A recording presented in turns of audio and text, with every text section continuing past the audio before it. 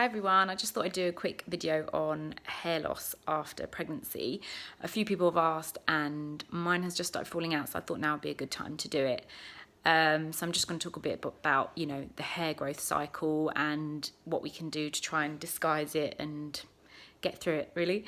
So the hair goes through a growth stage, which is, it goes through a whole phase, which is anagen, catagen and telogen. So anagen is the growth stage, catagen is the transitional phase, and telogen is the resting stage, which basically means when the hair falls out and you get a new one pop through.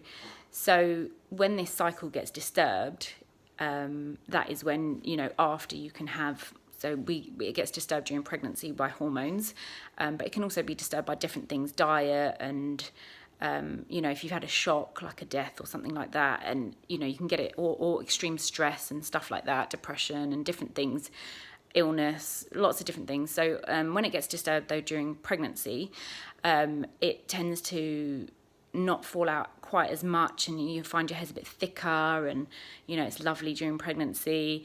And then after, at 3 months is most common, it falls out, and so more of it's falling out. So usually up to 80 to 100 hairs a day fall out, but during this time after, when it's been disturbed, it's more than that, and it can feel a bit scary, but it's nothing to be worried about because it's totally normal.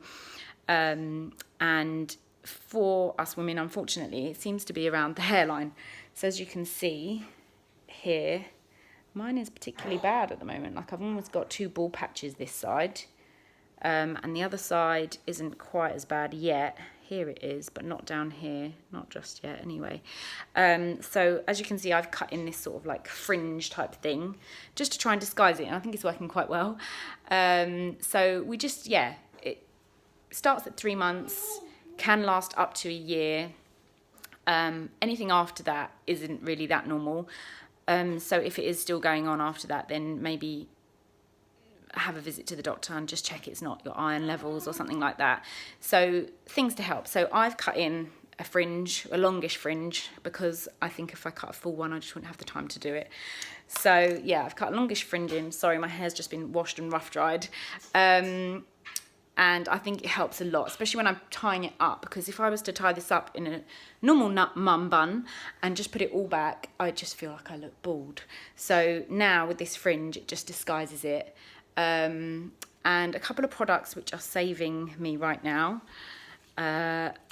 Obviously, dry shampoo. Every mum is using dry shampoo right now, but the XXL volume just gives it a bit more texture. It doesn't feel that nice when it's in the hair, but it just thickens it a bit, especially around the front where it's feeling particularly thin to me right now. Also, if you don't like dry shampoo, the XXL powder is quite nice as well. VO5 also do one, give me texture.